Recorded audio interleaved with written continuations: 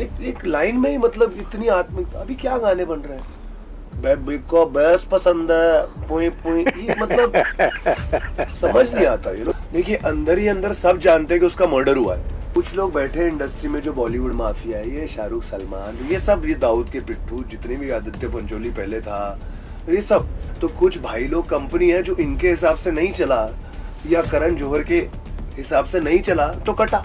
ये आदमी का एटीट्यूड आप देखो गधे का।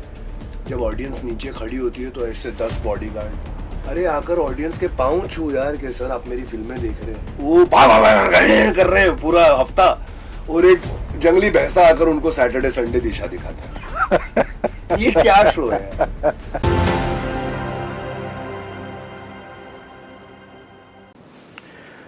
नमस्कार साथियों, आज हमारे इस खास कार्यक्रम के विशिष्ट मेहमान हैं पुनीत वशिष्ठ।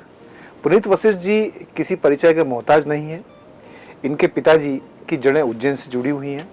मूलतः तराना के रहने वाले मुरारी लाल जी वशिष्ठ को फिल्मी दुनिया में ब्रह्मचारी के नाम से जाना जाता है। पुनीत वशिष्ठ ने भी कई फिल्मों में काम किया है और पूरी दुनिया में इनका नाम है। कई फिल्मों के अलावा कई बड़े सीरियल्स और कई बड़े प्रोजेक्ट में पुनीत वशिष्ठ रहे हैं। आप अभिनेता तो अच्छे ही हैं, आप अच्छे गायक भी हैं और अच्छे म्यूजिशियन भी हैं। शायद आपको सोचकर ये लगे कि ये क्या है, लेकिन वे नृत्य कला में भी माहिर हैं। तो आइए हम आज अपने खास मेहमान पुनीत वशिष्ठ से बात करते हैं और जानेंगे इनके सफ़र के बारे में और ख़ास तौर से उस एक बहुत महत्वपूर्ण विषय के बारे में जो काफ़ी कंट्रोवर्सी रही, बिग बॉस के जो 9 का सीजन था जिसमें वे सलमान खान से भिड़ पड़े थे और उसके बाद वो काफ़ी चर्चाओं में भी रहे। तो आइए हम पुनीत वशिष्ठ जी से बात करते हैं। तो नमस्ते पुनीत जी, कैसे हैं आप? जय श्री महाकाल। जय श्री महाकाल। तो जी एकदम बढ़िया, थैंक यू, इतना प्यारा इंट्रोडक्शन दिया आपने हमारा। और अक्सर ये होता है कि जब भी हम कोई कार्यक्रम शुरुआत करते हैं तो हम अपने जो मेहमान हैं उनसे ये जरूर पूछते हैं कि उज्जैन में आकर आपको कैसा लगा। आपने मेरे इंट्रोडक्शन में ये कहा कि मेरे पिताजी के तार उज्जैन तराना से जुड़ी हुई है। वो तो है ही, लेकिन मैं उज्जैन को अपनी धरती मानता हूँ। मेरा एक परम सत्य है मेरे जीवन का कि मैं उज्जैन की आत्मा और बॉम्बे का शरीर हूँ। तो मेरा दिल, आत्मा, मेरे जितने भी आत्मिक रिश्ते, आज यहाँ पर मेरे सब वशिष्ठ भाई और मेरी बहनें, मतलब उज्जैन से तो बहुत ही आत्मिक रिश्ता है। और मेरे पिताजी स्वर्गीय मुरारी लाल वशिष्ठ जी, जैसे आपने कहा, उनका फिल्मी नाम था मिस्टर ब्रह्मचारी, क्योंकि एक दौर था कॉमेडियन का, तो उनके फेवरेट डायरेक्टर ने बोला कॉमेडियन का दौर है तो अपना नाम ब्रह्मचारी रख ले। तो मेरे पिताजी अक्सर कहा करते थे, ये है मेरे 4 बच्चे, मैं हूँ 4 बच्चों वाला ब्रह्मचारी। एक्चुअली डैडी पाकिस्तान में पैदा हुआ थे जब पाकिस्तान नहीं था। ओके। जंग में। तो फिर जब पार्टीशन हुआ तो आके तराना, जैसा कि आप जानते हो, तराना उज्जैन में उनकी फैमिली सेटल हुई। तो डैडी एयरफोर्स में भी थे, तो एक हिंदुस्तानी थिएटर की नींव पंडित जवाहरलाल नेहरू के साथ डैडी ने रखी थी। ओके।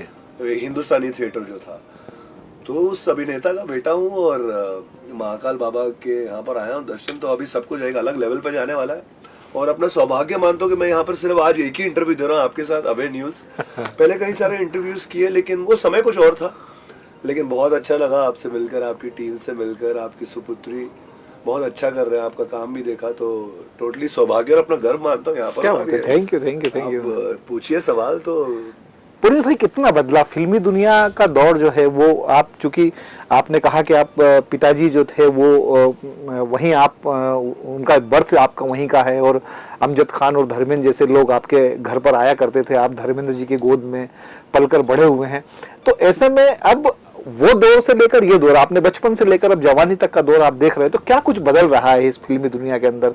कितने लोगों की विचारधाराएं, सोच, फिल्म मेकिंग, गाने, म्यूजिक, क्या क्या बदला? बहुत कुछ बदल गया भाई साहब। देखिए, वो पहले हमारी इंडस्ट्री में कहते हैं ना, बड़ा आत्मिक काम होता था, दिल वाला काम। अभी सब दिमाग वाला काम है। तो दिल और दिमाग का तो मतलब अंतर वही हो गया, ब्रह्मांड भर का अंतर हो गया। पहले जैसे गाने होते थे, जैसे ओ आसमां झुक रहा है जमीन पर, एक लाइन में ही मतलब इतनी आत्मिक। अभी क्या गाने बन रहे हैं, को बेस पसंद है, पुई पुई, ये मतलब समझ नहीं आता तो पहले फिल्मों में एक स्टोरी होती थी, नेचुरल एक्टर्स होते थे। सलमान खान, शाहरुख खान एक वहम, ये लोग एक्टर नहीं है भाई यार। और जैसा कि आपने कहा ये फर्क क्यों आया, मैं आपको बताऊं। क्या हुआ, वो ये हो गया दाऊद इब्राहिम कास्कर इन्फिल्ट्रेशन, जिसको बम्बई, आज कौन है दाऊद इब्राहिम कास्कर? बहुत बड़ा नाम, मैं समझता हूँ सबसे नीच इंसान है। नाम क्यों बन गया? क्योंकि उसने दहशत मचाई। आज की डेट में क्या है वो? एक भगोड़ा, एक आतंकवादी जो इंडिया में आ नहीं पा रहा। लेकिन बदकिस्मती से 90-95% इंडस्ट्री वही चला रहा है।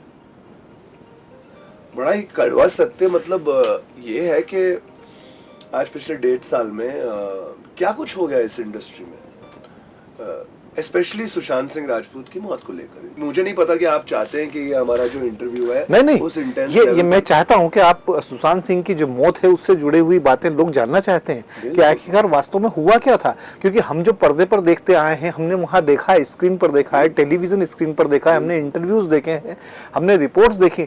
लेकिन चूंकि आप फिल्मी दुनिया से जुड़े हुए हैं पुनीत भाई, तो हम ये जरूर चाहेंगे कि आप उस पर प्रकाश जरूर डालें। नहीं बहुत, और ये महाकाल बाबा की इच्छा है कि मैं आपके साथ इंटरव्यू कर रहा हूँ ताकि यहाँ की धरती के लोगों को ये पता चल सके कि सत्य क्या है उसकी मौत के पीछे। देखिए अंदर ही अंदर सब जानते हैं कि उसका मर्डर हुआ है, सब जानते हैं, आप भी जानते हैं, सब जानते हैं। वो जिया खान का भी हुआ था, वो दिव्या भारती का भी हुआ था, अभी गुलशन कुमार का तो खुल के आ गया, लोगों ने सजा भी काट ली, आज तक 2-4 लोग लाइफ काट रहे हैं। तो ये एक दाऊद इब्राहिम की प्रथा जो चल रही है हमारी इंडस्ट्री में, दुबई कराची फाइनेंस है ना, तो ये सब तो। और रहा एक तरफ ही सुशांत, एकता कपूर का फेवरेट हीरो था, पवित्र रिश्ता। मैं एकता कपूर का फेवरेट हीरो था 2000, 2001, 2002। मैंने एकता कपूर के लिए शोज किए हैं, कुसुम, कहीं तो मिलेंगे, कोई अपना सा, कुटुंब, कुंडली। फिर मैं ये मानता हूँ, मैं पहले भी कह चुका हूँ काफी टाइम, लेकिन कि उसका चढ़ावा तिरुपति बालाजी से ना, वो दाऊद के वहां जाने लग गया तो मेरे जैसा एक्टर वहां से निकल गया। वो करप्शन में आ गई और उसने एक और नए सितारे को, एक बिहार का लड़का टैलेंटेड जो चमक गया, जिसका नाम है सुशांत सिंह राजपूत। पवित्र रिश्ता में उसने बहुत अच्छा काम किया, लोगों की आंखों में आ गया।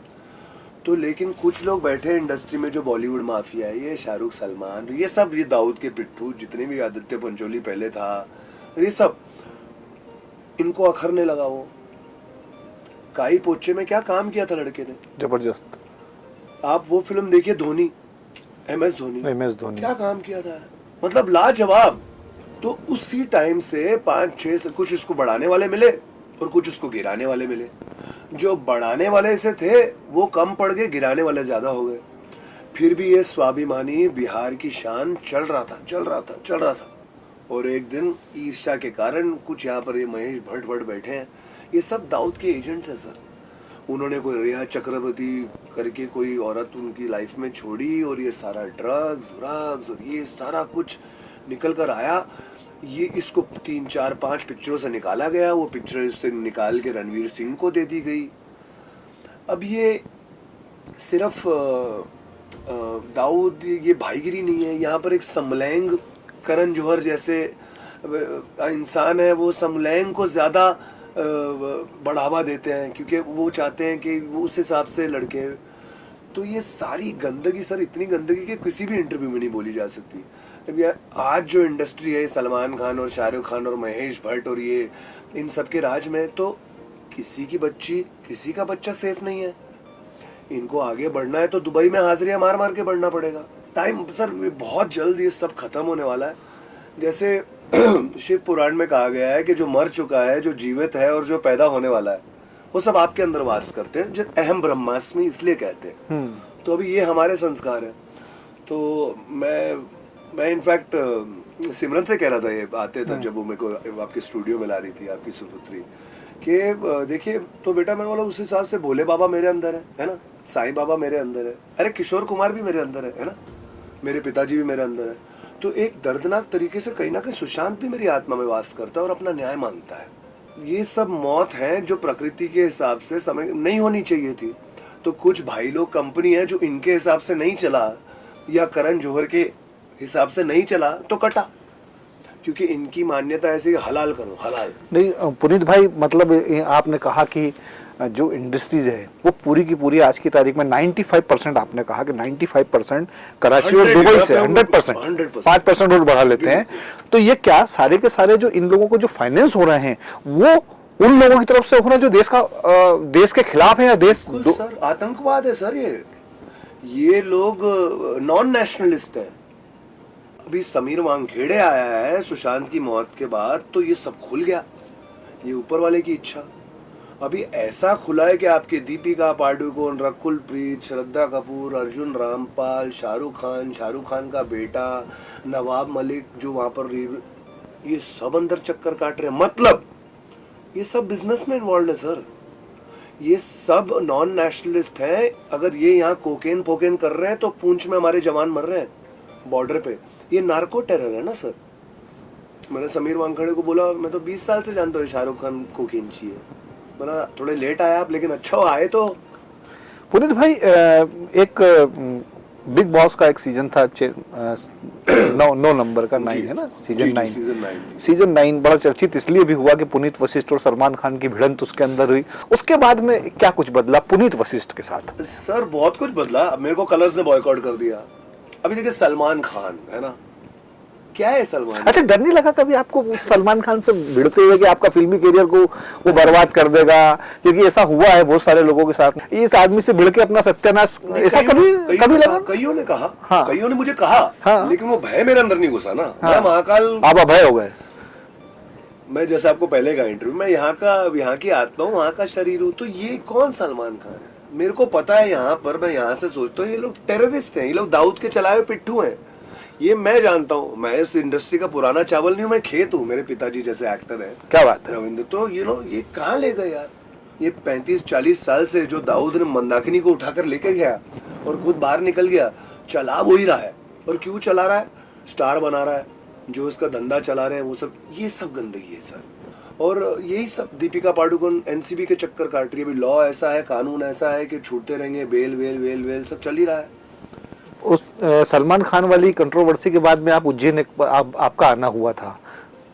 उसके बाद आपने एक इंटरव्यू, ऐसा हम लोगों ने सुना था, मतलब इंटरव्यू तो नहीं देखा लेकिन हमें पढ़ा जरूर था कि पुनीत वशिष्ठ ने ये कहा कि सलमान खान जो है वो मुझे माफ कर दें, और चूंकि मुझे काम नहीं मिल रहा है आपकी वजह से, और जो है वो मुझे माफ कर दें, मुझे काम दिलवा दें। इस तरह की जो खबरें थी वो अखबारों के अंदर प्रकाशित हुई थी। आपने वो बात उज्जैन में कही थी, ऐसा मतलब अखबारों में आया था, हमने भी सुना। तो क्या आप आज बिल्कुल रूबरू हैं, आप हैं, कैमरा है, और ये हमारा उज्जैन भी है, पूरा देश भी देखना चाहता है कि पुनीत वशिष्ठ ने क्या माफी मांगी थी क्या? इसलिए मैं यहाँ हूँ क्योंकि अच्छे वक्त शुरू है। तो आपने बहुत अरबों रुपए का सवाल पूछा। तो क्या है ना, देखिए तभी उस सुशांत की बात हुई नहीं थी, और ये 4 साल पहले की बात है। तो मेरे को काम नहीं मिल रहा था यार बिग बॉस के बाद। तो मैंने बस बड़ा कैजुअली बोला, यार अरे काम वाम नहीं है, छोड़ो, जो पंगे हो गए भाई। यार सलमान सॉरी यार, काम दे दे यार, ऐसा। तो प्रेस कॉन्फ्रेंस ने वही पॉइंट पकड़ के उसको ही उजागर कर दिया। ये क्यों हुआ? क्योंकि चाहे वो लेफ्टिस्ट हो, कांग्रेस हो, बिका हुआ मीडिया है।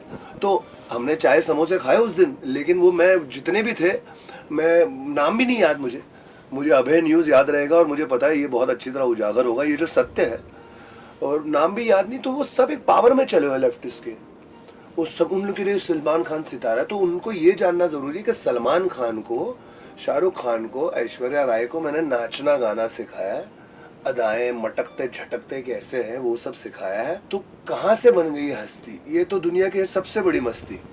सलमान खान कहाँ से बन गई हस्ती? ये सब भाई लोग का पावर है। ये आदमी का एटीट्यूड आप देखो, गधे का। जब ऑडियंस नीचे खड़ी होती है तो ऐसे 10 बॉडीगार्ड। एक तो तू एक्टर नहीं है, भाईगिरी ने बनाया हुआ है। अरे आकर ऑडियंस के पाँव छू यार कि सर आप मेरी फिल्में देख रहे हैं। एटीट्यूड का दिखा रहा है। जिस जनता ने तेरे को स्टार बनाया तो उन्हीं को आंखें दिखा रहा है। तो ये सार, मैं बोलता हूँ बीइंग ह्यूमन खोलो। ये सब मनी लॉन्ड्रिंग है सर।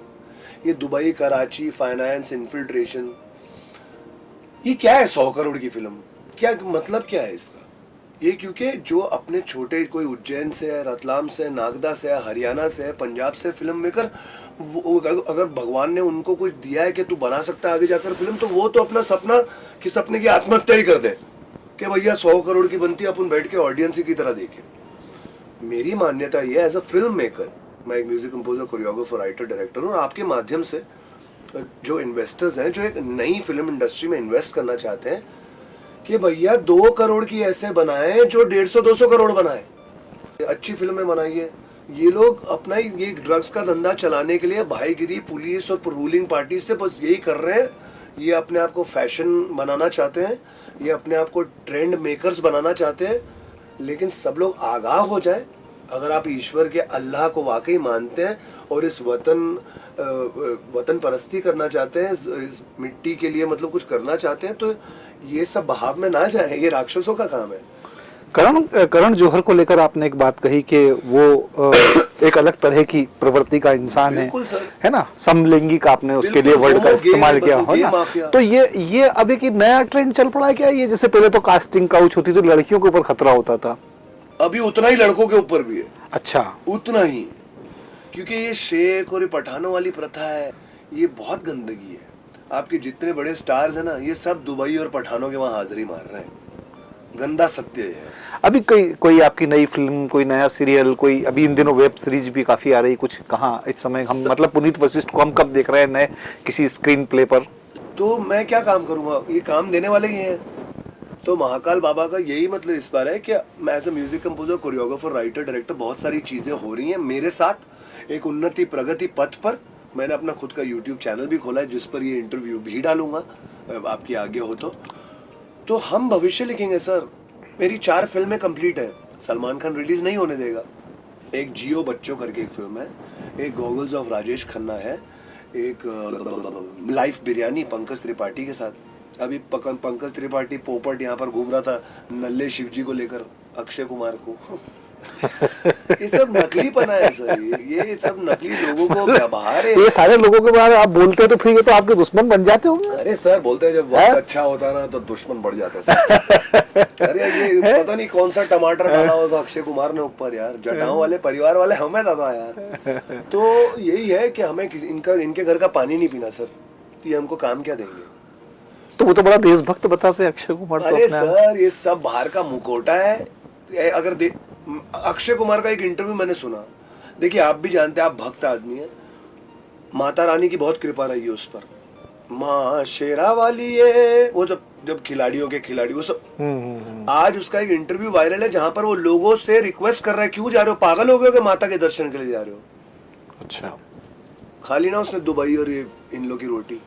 क्या बोल रहा है यार तू? ये ना हिंदू है, ना मुसलमान है, ना राष्ट्रवाद है। इन्होंने अपनी आत्मा, अपना ईमान खो दिया है, और ये दाऊद और ये सारी प्रथा के लिए काम कर रहे हैं, और हमारे देश और हमारे देश के युवा को बर्बादी की ओर ले जा रहे हैं। मुंबई में रहना है पुनीत भाई आपको? अरे सर मैं बिंदास है, तो मैं एंजॉय कर रहा हूँ बहुत। मैं ना शाहरुख खान, सलमान खान को अपने यूट्यूब चैनल पर और कितने यूट्यूबर्स के अपना एड्रेस देकर बुलाता हूँ, आजा, कितना बड़ा पठान है, आकर दिखा दो।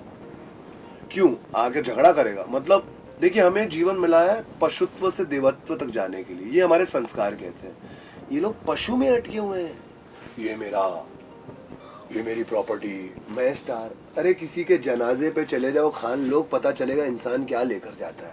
सत्य तो यही है ना। बिल्कुल सही बात। तो ये काम, क्रोध, मोह, लोभ, अहंकार, ईर्ष्या में डूबे लोग हैं। कोई बड़ी रेंज रोवर हो, इनके पास दुनिया भर का सोना हो, लेकिन ये ईश्वर की आंखों में ये सबसे बड़े कंगाल है, और अगला जन्म इनका पशु वशु का हो जाएगा। अच्छा पुनीत भाई, एक बात और मुझे बताओ, ये जो कहा जाता है कि जो बिग बॉस है वो पूरा का पूरा स्क्रिप्टेड है, ऐसा मतलब सुनते आए हैं आप, चूंकि अंदर रहे हैं वहां पर, और काफी कुछ आपने वहां अंदर काम किया है, लोगों ने आपको, आपके काम को पसंद भी किया, आपके एग्रेशन को पसंद किया खास तौर से। तो क्या ये स्क्रिप्टेड है, होता है ऐसा कुछ क्या, कि कुछ चीजें दिखाना है तो मतलब कुछ नौटंकी दिखाना है, कुछ नाराजगी दिखाना है, कुछ आंसू दिखाना है, कुछ इमोशन दिखाना है ना, कुछ लव स्टोरियां दिखाना है? अभी अपन लगातार देखते हैं, अंदर जाते से दो जो है एक्टर नहीं झगड़ रहे, कहीं तो झगड़ रहा होता है, कुछ इलो हो जाता है। मतलब क्या दिखा रहे हो आप? एक तो क्या है, स्क्रिप्टेड है क्या ये नाटक? नहीं, पता है, मेरे को काफी लोग ये सवाल पूछते हैं, चलिए आप भी पूछे तो हमारे आपके लोगों को सत्य पता चल जाए इस विषय में भी।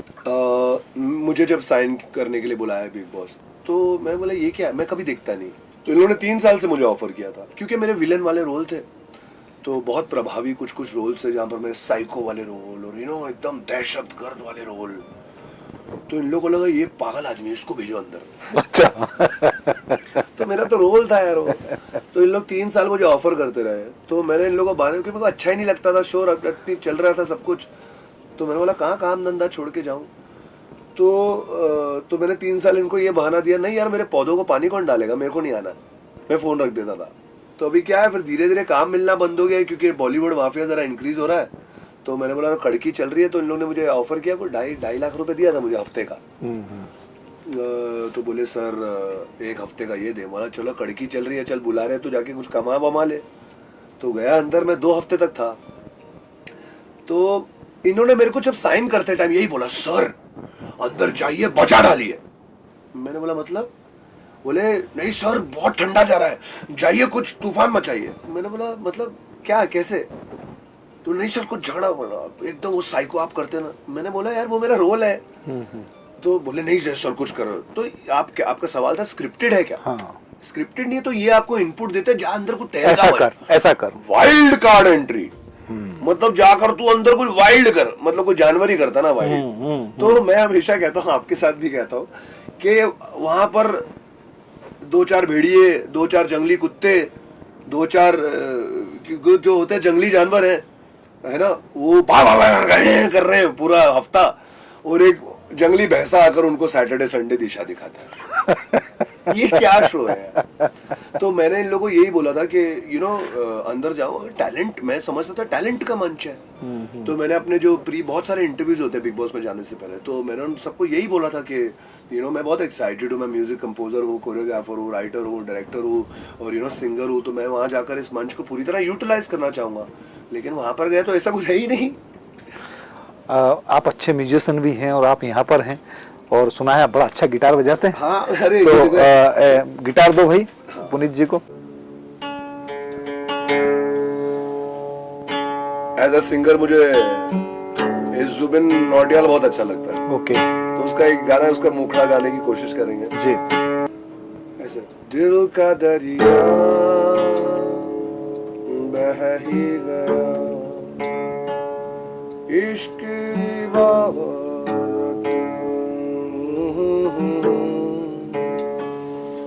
मुश्किल से मैं संभला था, टूटी गया एक दफा, बात बिगड़ी है इस कदर, दिल है टूटा, टूटे हैं हम।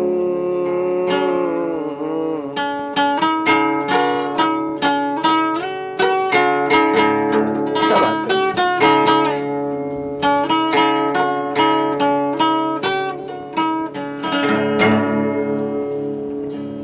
तेरे साथ हो जाएंगे खत्म, तुझे कितना जाने लगे हो। ये थोड़ा म्यूजिशियन, थोड़ा सिंगर। बहुत अच्छा, बहुत अच्छा। कोई सूफियाना कलाम, कोई अगर आपको है ना, आपका अंदाज, आपकी आवाज जो है वो सूफियाना सिंधे रहती है। मेरी भी कुछ कॉम्पोजिशन है, लेकिन एज अ कंपोजर साथ में वो ड्रम होता है, लेकिन कुछ रहमान से बहुत प्रभावित हूँ मैं। हाँ, तो ये मैं आपको बताना चाहता हूँ कि ये अभी एयर रहमान नाइट होने वाली है हमारे यहाँ, और ये बच्चा जिसका गिटार है वो उसमें गिटारिस्ट है मेहर। अच्छा, सही है। शाहों का शाह तू, अली का दुलारा, ख्वाजा मेरे ख्वाजा,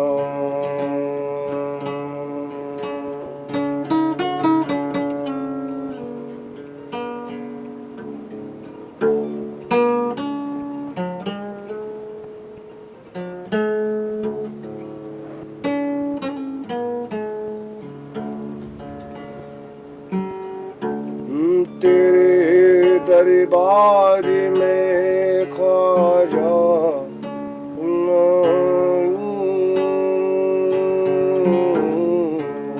ख्वाजा जी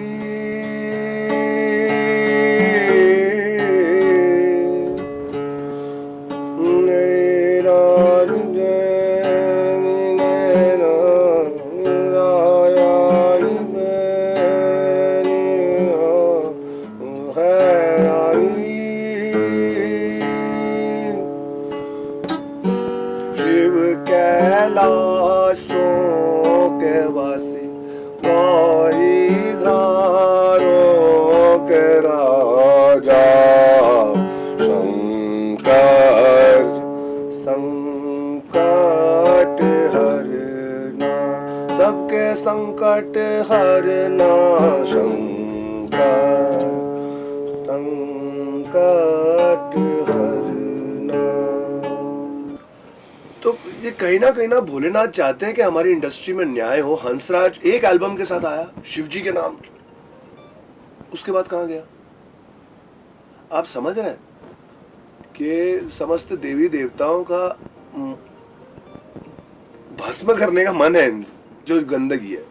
क्योंकि हमारी इंडस्ट्री है यार, किसी में कुछ कला है, कोई गिटार बजा लेता है, कोई लेखन कर लेता है, कोई कविता लिख लेता है, किसी को कुछ, जैसे भाई लोग अपने कैमरा के पीछे कैमरामैन है और डायरेक्टर है, और कोई खूबसूरत लड़का है, लड़की है। तो इन लोगों को जाने के लिए एक सर्वोच्च सर्वश्रेष्ठ इंडस्ट्री है बॉलीवुड इंडस्ट्री। तो सब चिंतित क्यों है क्योंकि बच्चे वहां जाए? क्योंकि आज तक यहाँ पर ऐसा चल रहा था, अभी सब फिनिश है आपके सहयोग से, और कई लोग हैं उनके सहयोग से, और सोशल मीडिया आज इतना बड़ा माध्यम बन चुकी है लोगों तक सत्य पहुंचाने का।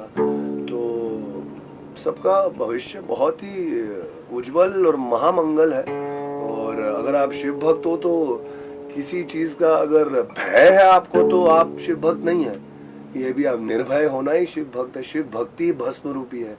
तो अगर आप भस्म में मानते हैं, आपको पता है कि आप एक दिन भस्म बन जाने वाले हैं, तो आप मिट्टी हैं, तो मिट्टी को डर किस बात का? समर्पण में कुछ। चलिए पुनीत भाई, बहुत अच्छा लगा आपसे बात करके, और आपकी बेबाकी में बड़ा मजा आया। आपने किसी को भी नहीं बख्शा, और ईश्वर करे आप जो है एक सुपरस्टार हो। हमारे लिए तो आप सुपरस्टार इसलिए भी कि आप उज्जैन की जमीन से जुड़े हैं, महाकाल की जमीन से जुड़े हैं, और हमारी बहुत सारी शुभकामनाएं, इस उज्जैन शहर की तमाम सारी शुभकामनाएं आपके साथ में हैं। तो ये थे फिल्म एक्टर, म्यूजिशियन, गायक और नृत्य में भी मास्टर पुनीत वशिष्ठ जी। और इन्होंने बड़ी बेबाकी से अपनी हमारे सवालों का जवाब दिया, उन्होंने किसी को नहीं छोड़ा। और जैसा कि वो कहते हैं कि अब ठीक है, अब उज्जैन आ गए हैं महाकाल की नगरी में, तो फिर किसी से डरना भी क्या। और तमाम बातों को बड़ी साफगोई से साथ कहकर उन्होंने अपनी बातों को अपने तक आप तक पहुंचाया है। अगली बार हम फिर किसी नए किरदार के साथ मिलेंगे, इसी तरह के किसी फिर नए और बेबाक किरदार से आपकी मुलाकात कराएंगे। तब तक के लिए मुझे आज्ञा दीजिए। जय श्री महाकाल। जय श्री महाकाल।